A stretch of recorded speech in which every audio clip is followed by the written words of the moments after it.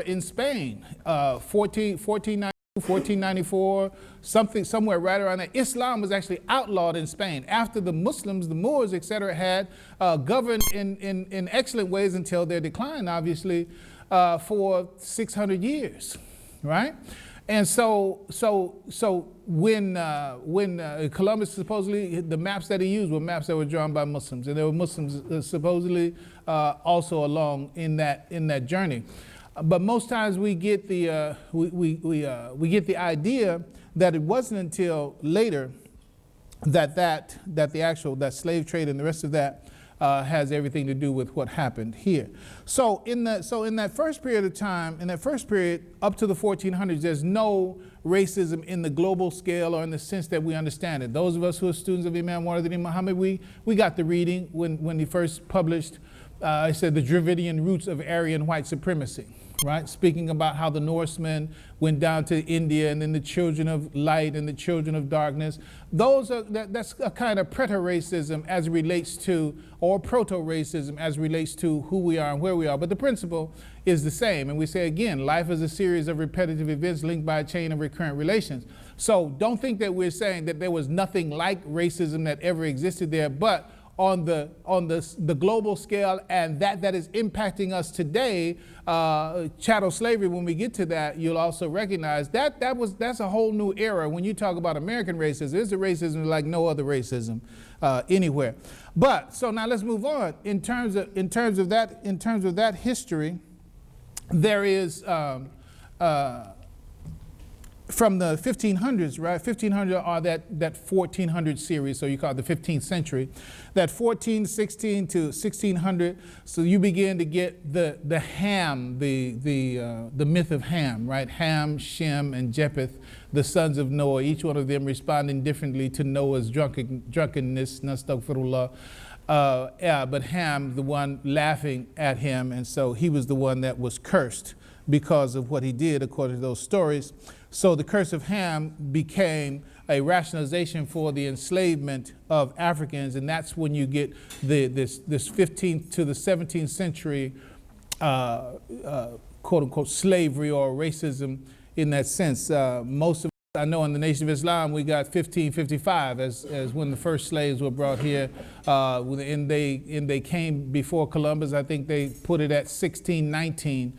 Either way, the point is it's right there in that 15th to the 17th century that you begin to get this rush to Africa and the need to rationalize that treatment of the Africans. So now, moving past the 1600, you got from the 1650 to 1780, you have the birth of early scientific racism, with human beings seen as part of the natural world, but subdivided into 3 to 5 races, but still considered as varieties of a single human species. So the idea is that nobody was being, quote, dehumanized at this time, but with the change of the kind of knowledge that was coming on board, I'm talking Sir Isaac Newton and the like, and again, with all due respect for the fact that Europe was in the Dark Ages, and they didn't come out of the Dark Ages and have their Renaissance until they had contact with Muslims and the like. So that's a given.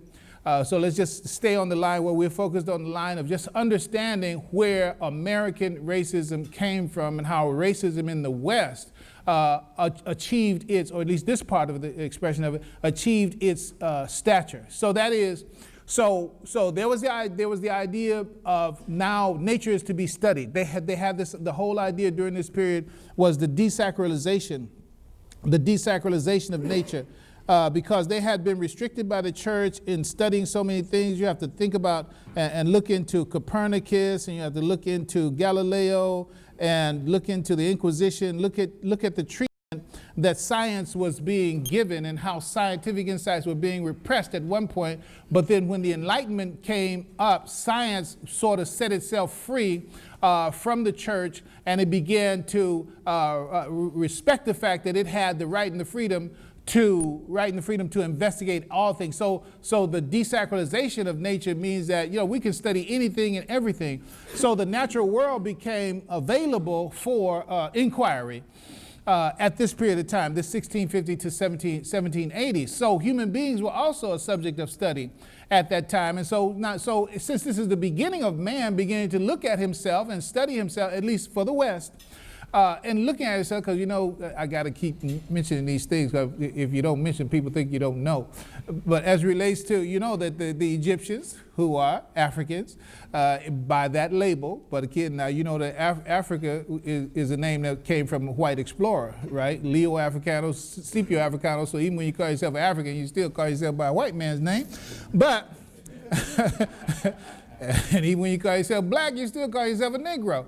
So the idea is we have to, you know, move away from the language as well. But the point is that we know that the first to study psychology and the first that came up with the monotheistic perceptions, even though it didn't prevail over time as dynasties shift, it was the Egyptians. So the point is that this was not the first time that man was being studied. We're talking about the first time the Europeans began to study. So we have to understand how the kinds of mistakes that the European made in the study of his own self as his world went forward, if you will, okay?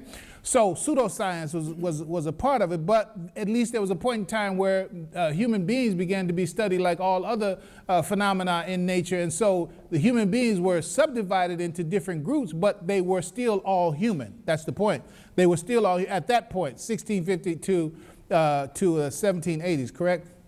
So that's the 17th century to the 18th century. Now, looking from the 1800s or the 19th century to the 20th century, now we start seeing the birth of ideological racism. There are going to be different types of racism. Ideological racism, cultural racism, institutional racism, all these, inshallah, we'll cover in going past or in getting to our objective. So the birth of ideological racism was born for the defense of racism. Now, you know, slavery in its quote unquote, if you start with 1555, you start with 1619, either way you're talking the middle 16th century, and then when you come up to the 19th century, that's the 1865, the Emancipation, all the rest of that. That's the 19th century. So the real action in terms of, you know, what was happening with man's thinking around the issue of race and the like is happening from the late 16th to the late 19th century. So it's like 300 years where it began to come into the status and the form that we know of today. These are its beginnings, okay? So the birth of ideological racism born for the defense of slavery upon the idea that the races constituted separate species. There's the change. See, at first, okay, well, you know, there are 3 to 5 different types of human beings. Okay, but now when you go further down the line, it's like, oh, okay, well, yeah, everybody's not a human being. Them over there, they're not human. Everybody else, in fact, we the white folks, we the only humans. Everybody else is another species. Okay? So that's the break, that's a critical break in terms of perception, attitude, treatment, and the like. But all in the defense of slavery, and more on why that's coming up. So social Darwinism, so the idea, the guy on the left there is Darwin, and the guy on the right is Hitler, of course, but they represent manifestation or expressions or father and son, if you will, of the same kind of idea. And I'll recognize and respect for those who have respect as is due for Darwin and what he did bring, but as it is with so many people will take a teaching that has a different foundation and move it off the foundation that it was originated upon and try to make it serve what they have in mind. So as a result, Darwin gets misquoted and gets misrepresented in so many instances, but be that as it may, he's still the source from which the distortion is actually born. Now somebody else has to take the job of correcting that. But for as far as social Darwinism saying the survival of the fittest and natural selection and all that kind of language was brought into race relations and social relations, might makes right and the like. Well, if I beat you up, that's because I was genetically selected to beat you up. Man, if you were genetically better, then I wouldn't have been able to beat you up. That becomes the rationale, okay? So social Darwinism was the pseudo-scientific racism at the heart of American racism. And emancipation based on religious and secular ideas of universal human equality produced an intensification of American racism. See, you would think that because there were those, the abolitionists and the like, there were those who were using the Bible, and there were those who were using the science that they were actually discovering to say, no, human beings are not a different species. And let me give you the simplest way to dismiss that, just in case you got some little tossing and turning in your head about it. Listen, things are of the same species when they can reproduce with each other. End of story. You know what I'm saying? I mean, can a bumblebee reproduce with a butterfly? No, different species. Can a kangaroo reproduce with a giraffe? No. Now, it don't mean somebody somewhere trying to make that happen. I mean, they talking about pregnant men and all the rest of that stuff. No telling what these folks are doing behind the scene. But the point is that by nature, whatever can reproduce with the other, they are of the same species. Okay, so there's no different human species. There's only one. There's human beings. That's that. But in any case, when these secular scientific discoveries, philosophy as well, and also the religious grounds for human equality were used to promote abolition and used to promote the anti-slavery mission and message, that just made the slave makers, slave owners, slave holders all that more intense because you messing with my money. That's the bottom line. You messing with my money. All right, and they're no more ready to give that up than who is it right now? Who got all that money that they took from us, man? Y'all know some of them. There's so many names. Lehman, they dead. Koch brothers, they still got money. I'm talking about these corporations. So you got Stanley. What's Morgan Stanley? Yeah, Enron's dead. AIG. HSBC, all them folks. They are. I used to ask myself, and I'm gonna have to move on. I would ask myself, whatever happened to the slave master? Right? We always have. We had emancipation, right? Emancipation of the slave. I'm out of here, right? So the slave out, but then you can still find the slave. You know what I'm saying? The ex-slave, at least, right? Unless you're debt slaves. Now we become debt slaves. Now it's a different kind of slavery, but. That's okay, the slaves were free. Where did the slave master go? He became a corporation. Look at the turn of the century when corporations got the same rights that the 14th Amendment that was given to persons, when they identified corporations as persons, and that was at the turn of the century, after saying, okay, we don't have slavery, what are we gonna do? Okay, we become a corporation. And then get the rights of the Constitution to benefit me as a corporation, and we can keep carrying on our business. And that's exactly where they are right now, okay? So let's move on. So that intensified racism, where it would seem that, okay, well, we're finished, it's over now. The Bible said we shouldn't be doing it. The secular sciences said we shouldn't be doing it. I guess we got to turn ourselves in. No, that ain't happening, okay? So it has intensified. So here comes the 20th century. So in the 20th century, you had the rise and fall. In the 20th century, of course, those are the 1900s, right? The rise and fall of overt racist regimes like Nazi Germany, lost, Second World War. South Africa, after World War II, it was the only explicit racist regime left on the planet after World War II. And they fought to the very end. And, with all due respect for our great and wonderful brother, may Allah have mercy on him, Nelson Mandela, believe me, well, you don't have to believe me, but I think we can trust that white folks wasn't going to give it up until they absolutely knew that they can keep the program going, but under different means. How much of that gold down there do the South African Americans get? Who's running things down there, really running things right now? If you took a look through the systems, the pillars of the nation, who's at the helm? So what changes? Okay, I mean, it's a beautiful thing to look at, because we didn't have a quote unquote black president for two terms. He maxed out his president presidential capabilities. And the difference is, this guy ain't no joke, man. This guy, he gonna stay till he got to go, all right? So 20th century, rise and fall of overtly racist regimes. After World War II, the life and strategy of American racism shifted to segregation laws and voting rights discrimination, Jim Crow. Now, the new Jim Crow is prisons. As one sister wrote the book, The New Jim Crow. So whatever was happening with Jim Crow, whatever role it was serving, that's being served by the so-called Department of Corrections or whatever right now, which was the only place in the Constitution that one could continue to be held in slavery is if you were a prisoner, a convict, right? That's not off the books. There's been no amendment to take that out of the Constitution.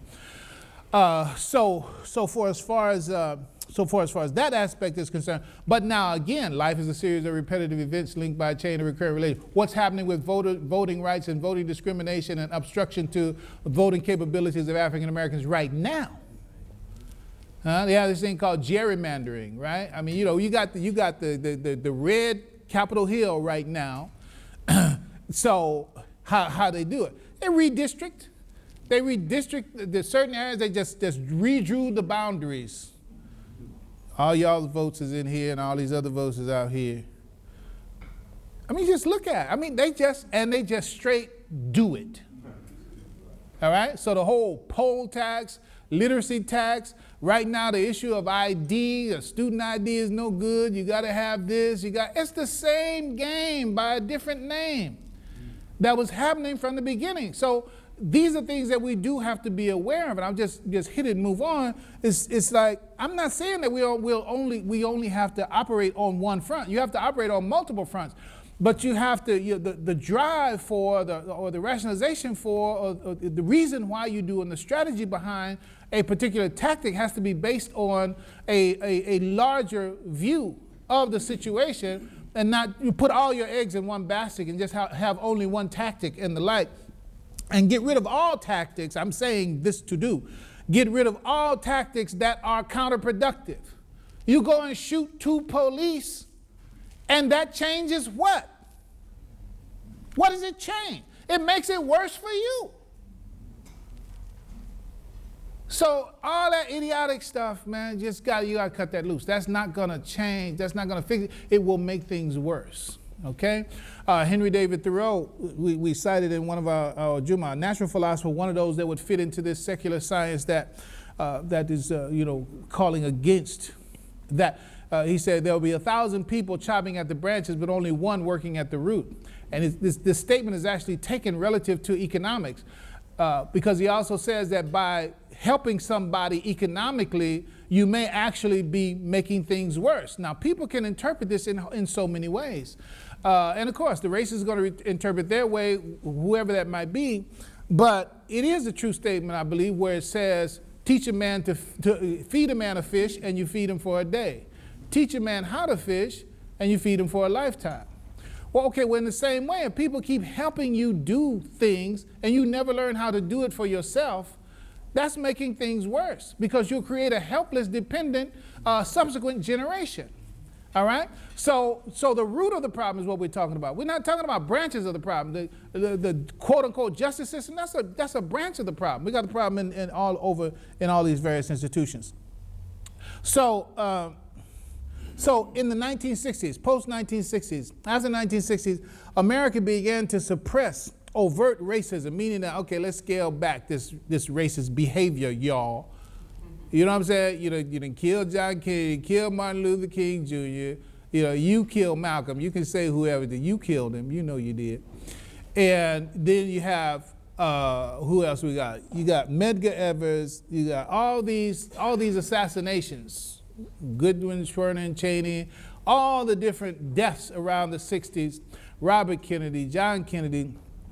And then with the defeat of the Nazis, which was a racist regime, and the decolonization of Africa and all the Dutch, the French, the British, the Portuguese, and all the others that were involved in that abuse of Africa, all that's falling, and then the establishment of the UN and the beginning of the Cold War with the then Soviet Union, overt racism was morally and a strategic liability.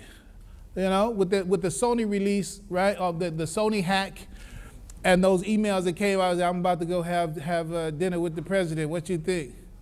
Yeah, I bet he only liked black movies, and you know, just talking about the president like a dog. You know, so many of these, and then the hot mic with the Clippers guy, and then so much other racism. So racism, it hasn't gone anywhere. It's just gone underground.